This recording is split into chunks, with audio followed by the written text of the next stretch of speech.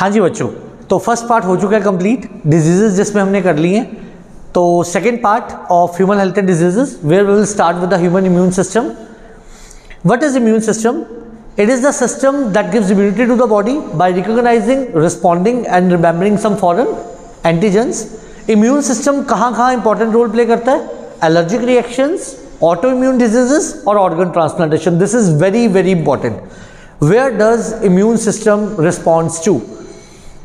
ठीक है, allergic reactions, autoimmune diseases and organ ट्रांसप्लांटेशंस।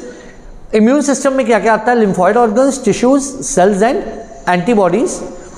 Now immune system में सबसे पहले बेटा मैं बात करूंगा लिम्फॉइड ऑर्गन्स की। लिम्फॉइड ऑर्गन्स क्या है?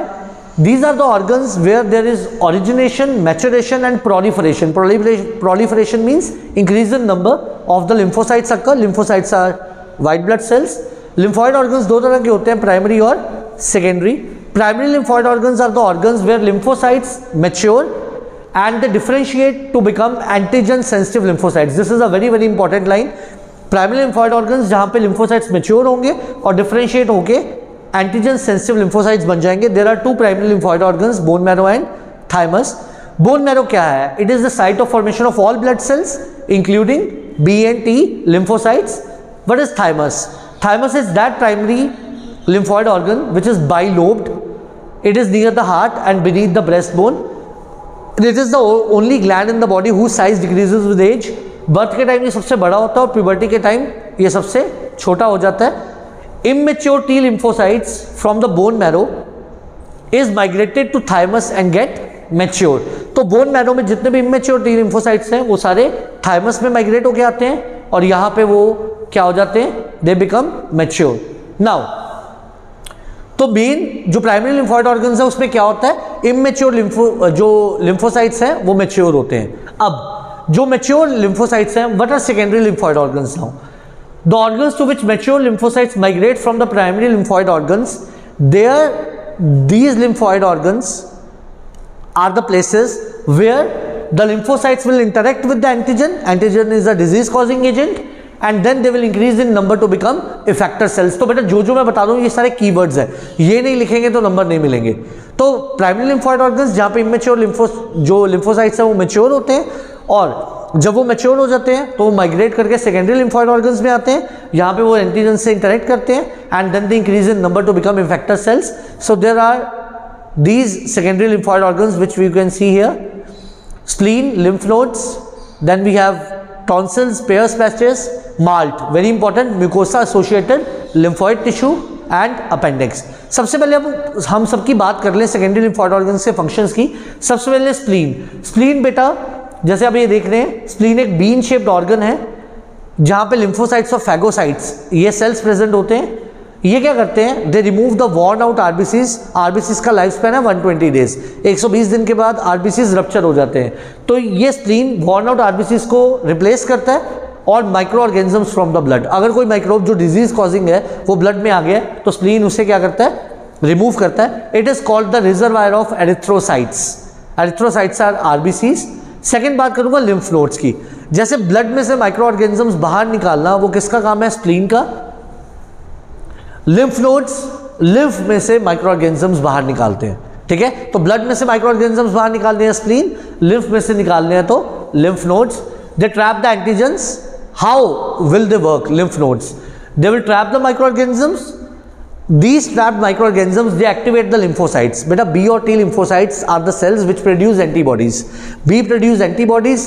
T are the helper cells that help the B lymphocytes to produce antibodies. तो ये क्या करेंगे? माइक्रोऑर्गेनिजम्स को ट्रैप करेंगे लिम्फ नोड्स, वो फिर लिम्फोसाइट्स को एक्टिवेट करेगी and that will bring an immune response.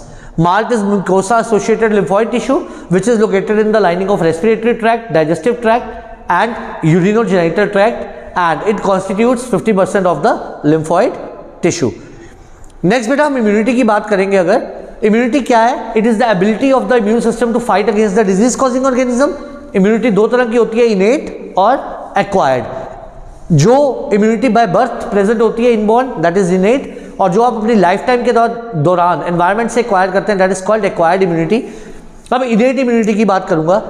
Innate immunity वो इम्यूनिटी है जो नॉन स्पेसिफिक डिफेंस प्रोवाइड करती है। नॉन स्पेसिफिक मतलब ये इम्यूनिटी किसी स्पेसिफिक पैथोजन के लिए नहीं है, ये इम्यूनिटी बाय बर्थ आपकी बॉडी में है, कोई भी पैथोजन अगर आपकी बॉडी में आएगा ये उससे फाइट करेगी। This is called innate immunity. It provides barrier to the entry of foreign agents into our body.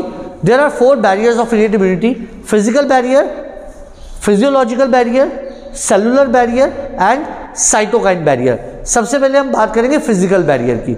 Physical barrier आपकी बॉडी में क्या है? Skin that prevents the entry of the foreign bodies, then mucus coating of the lining of respiratory, gastrointestinal and urinogenital tracts to trap the microbes. तो skin और mucus they are the physical barriers of your body. अब physiological barriers में आपके पास 3 चीजें हैं that prevent microbial growth. One is HCl, second is saliva and the third is tears. Third inborn immunity आपकी है cellular barriers, cells like phagocytes, WBCs which are neutrophils, polymorphonuclear leukocytes PMNL, monocytes and natural killer lymphocytes, उसके अलावा macrophages. They all are cellular barriers that provide you inborn immunity. And the last very very important what are cytokine barrier. बेटा जो भी cell आपकी body में virus से infected होता है वो सेल कुछ केमिकल्स रिलीज करता है या प्रोटीन्स जिन्हें हम क्या कहते हैं? इंटरफेरॉन्स, और ये बाकी जो नॉन इन्फेक्टेड सेल्स हैं उन्हें वायरस से बचा लेता है। These are called cytokine barriers. तो याद रखेंगे, virus infected cell releases some proteins which are called interferons that protects the non infected cells. अब मैं बात करूंगा एक्वायर्ड इम्यूनिटी की। जो इम्यूनिटी आपकी बाय बर्थ प्रेजेंट नहीं होती, आप अपनी लाइफ टाइम के दौरान एक्वायर करते हैं, that is called acquired immunity. और innate immunity was not pathogen specific, this immunity is pathogen specific. It is characterized by memory. Memory देखो बेटा, सपोज कीजिए एक पैथोजन से आपका फर्स्ट एनकाउंटर हुआ, उसने पहली बार आपको इन्फेक्ट किया, तो आपकी बॉडी कौन सा रिस्पॉन्स देगी? Primary response which will be of low intensity. पर वही पैथोजन जब आपकी बॉडी पे दोबारा अटैक करेगा तो आपकी बॉडी में एंटीबॉडीज पहले से तैयार होंगी उसके अगेंस्ट लड़ने के लिए, तो that is the second encounter. और उस टाइम आपकी बॉडी जो रिस्पॉन्स देगी that is called secondary response और अनैमनेस्टिक रिस्पॉन्स। तो there are 2 responses given by your body towards a certain antigen, primary and secondary. Primary response is of low intensity, that is the first response, and the second response is of high intensity, that is called secondary response, that is based on immunity. Now primary और secondary immune responses जो आपकी body देती है, they are carried out by 2 cells, B lymphocytes and T lymphocytes. B lymphocytes antibodies produce करते हैं और T lymphocytes B lymphocytes को help करते हैं to produce antibodies, which is very very important.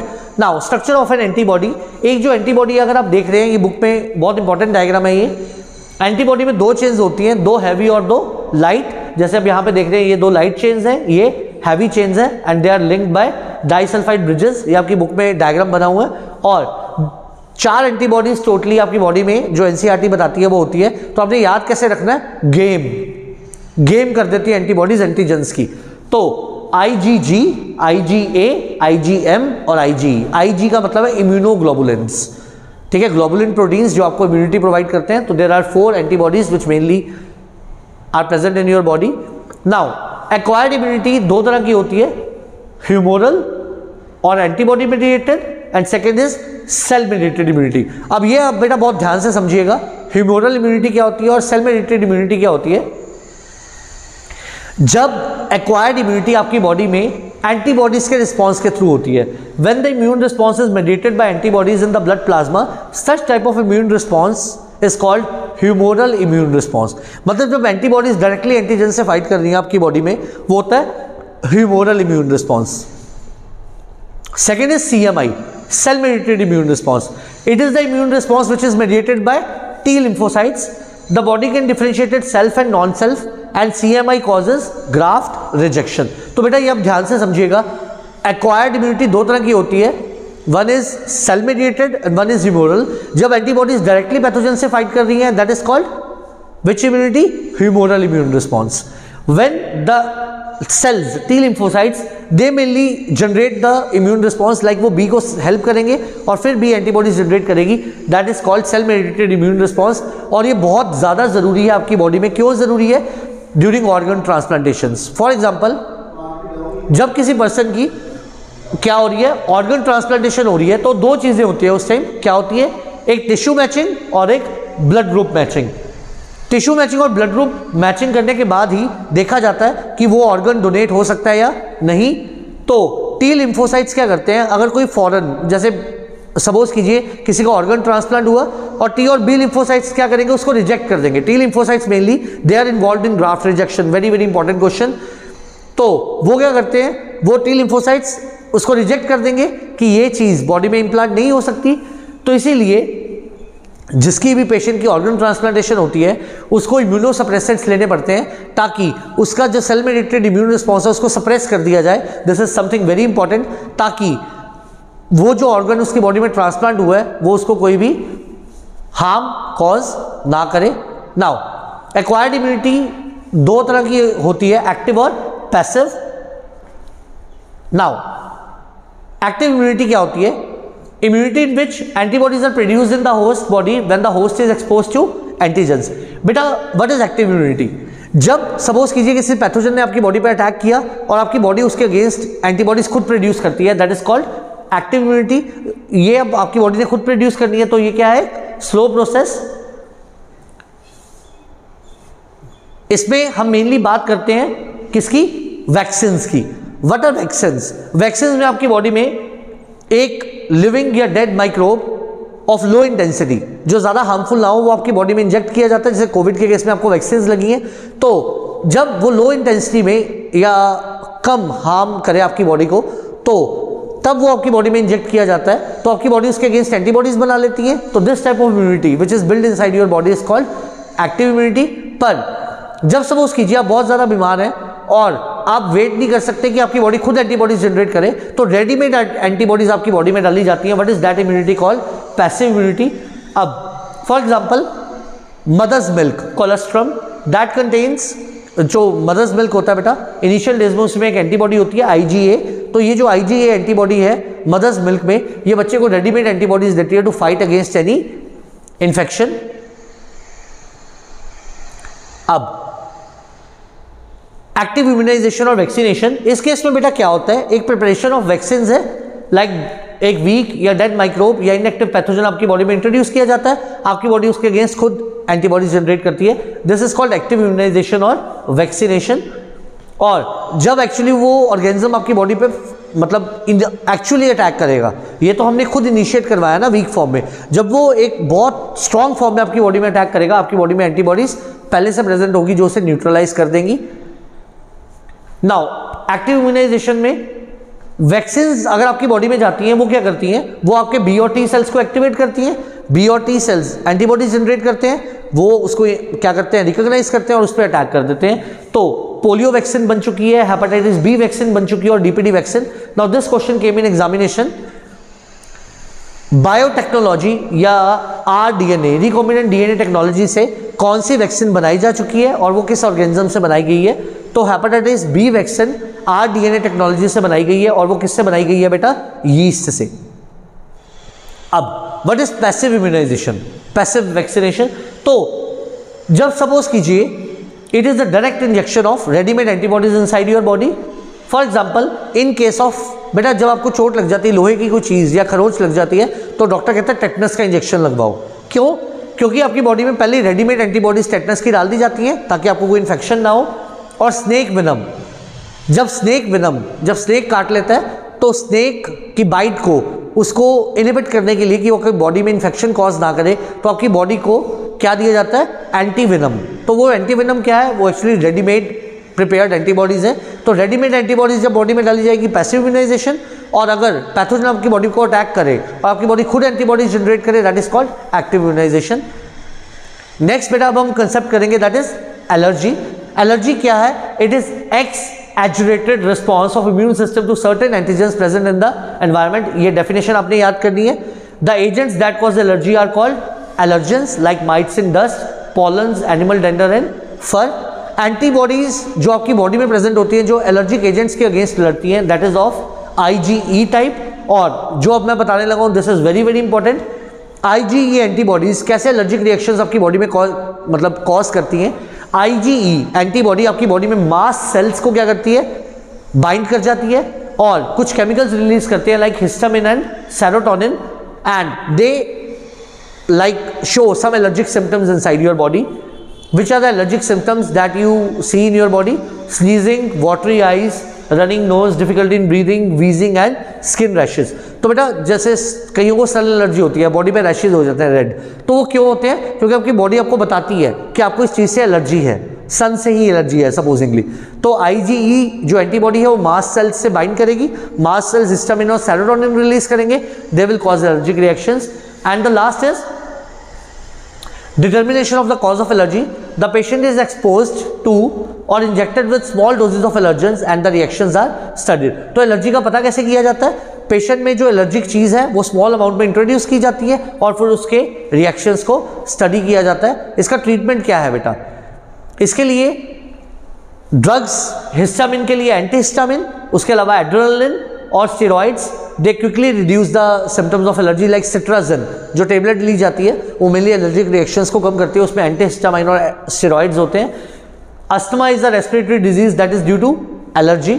Modern day lifestyle आजकल ऐसा हो गया कि ओवर प्रोटेक्टिव एनवायरनमेंट बच्चों को मिलने लग पड़ा है, जिस वजह से वो एलर्जेंस को एक्सपोज ही नहीं होते और इस वजह से उनकी खुद की इम्यूनिटी बिल्डअप नहीं होती, इसलिए उन्हें रेडीमेड एंटीबॉडीज बाद में बाहर से लेनी पड़ती हैं। तो इसीलिए ये चाहिए कि मेट्रो सिटीज़ वगैरह में बच्चों को ज़्यादा से ज़्यादा एलर्जन से एक्सपोज करना चाहिए ताकि उनकी बॉडी खुद की इम्यूनिटी बिल्ड कर सके। And the last topic of this presentation, auto immunity. तो ऑटो इम्यूनिटी में बेटा आपने बस थोड़ी सी चीज़ें याद करनी है, वो क्या याद करनी है वो मैं बता देता हूँ।